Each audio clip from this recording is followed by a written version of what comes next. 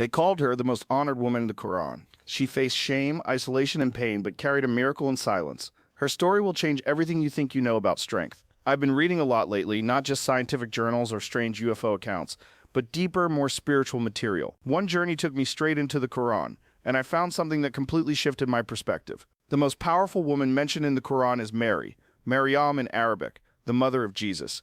That fact alone surprises many people who assume Islam sidelines women. But here's the truth. The Qur'an not only honors her, it dedicates an entire chapter to her, Surah Maryam. You won't even find a book of Mary in the Bible, yet the Qur'an gives her a whole chapter. This isn't just a respectful mention of a historical figure. The Qur'an elevates her to one of the greatest human beings of all time.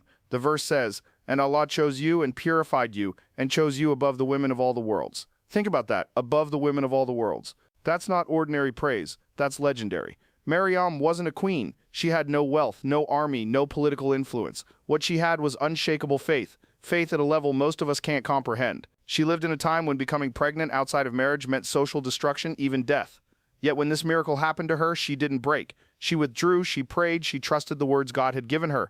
And when people confronted her, accusing her, she didn't argue or defend herself. She simply pointed to the infant Jesus who spoke as a newborn and defended her. That moment, recorded in the Quran, is beyond extraordinary. There's even a verse where she says, "I wish I had died before this." Not out of weakness, but from the crushing weight of shame her society placed on her. And yet the Quran doesn't hide her struggle. It honors it. It shows that strength is not the absence of pain. It's holding on to faith in the middle of it. Maryam is also the only woman mentioned by name in the entire Quran. Others are referred to in relation to men, the wife of Pharaoh, the wife of Noah, but she stands alone, named and remembered. That's deliberate. It's not about gender politics. It's about the quality of the soul, about strength in impossible circumstances. In a world obsessed with status, beauty, and power, the Quran points to a young woman rejected, isolated, pregnant, and alone, and says this is greatness. That completely redefines what power means. Power in our world is usually measured by money, influence, or followers. But in Maryam's story, power is spiritual. It's the strength to stand firm when the world stands against you. She lived through isolation most of us can't imagine. In labor alone under a palm tree, she cried out in despair, and the Quran records an angel telling her to shake the trunk of the palm tree, and fresh dates would fall.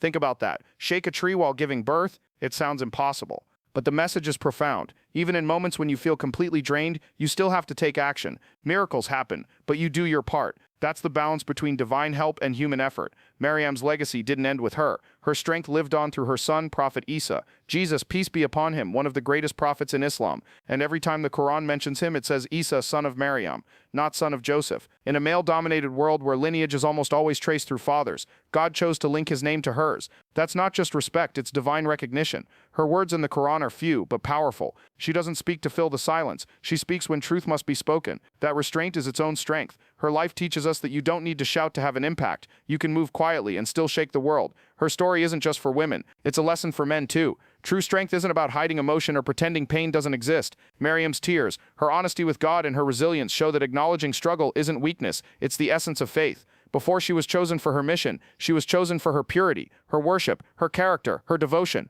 The trials she faced weren't punishment. They were preparation. Before the miracle, there was the molding of her heart. And that's a lesson for all of us. Before a great purpose, there is always a great test. Maryam's story is more relevant today than ever. She lived through what we now call burnout, loneliness, and mental exhaustion. Yet she never lost herself. She stayed connected to God. She kept believing. And here's something powerful. After the birth, she walked back into her community, facing the same people who had judged her, whispered about her, and doubted her. She didn't defend herself. She didn't argue. She carried her child in silence and let the truth speak for itself. That's confidence rooted in faith, not ego. Imagine if Maryam lived today. Social media would have destroyed her reputation in hours. Accusations, headlines, cancel culture. But her worth was never based on public opinion. Her story proves that you can be right with God, even when the whole world doubts you. There's a deeper metaphor in her journey. She endured pain, isolation, and fear, and at the end of it, she held a prophet in her arms. Sometimes the struggle you're going through is actually the birth of something sacred. You just can't see it yet. And the Quran doesn't dramatize her life with exaggeration. It tells it plainly, powerfully, and without embellishment. Because truth doesn't need to shout, it just needs to be witnessed. That's why her story has lasted for centuries. You don't need to be Muslim to feel it. Anyone who has been judged, abandoned, or misunderstood can see themselves in Maryam's pain. And anyone who has clung to faith in that pain is walking in her footsteps. The Quran tells us this is the kind of person you should admire. A young woman who carried a miracle through suffering, who trusted God when it made no sense, who stood tall in silence. That's not just history, that's a blueprint for real strength. Maryam's life challenges everything we think we know about empowerment. She didn't seek visibility. She didn't campaign for recognition. Her legacy was built in silence, in surrender, and in unshakable connection to God. And yet, more than 1,400 years later, her name is honored in every corner of the world.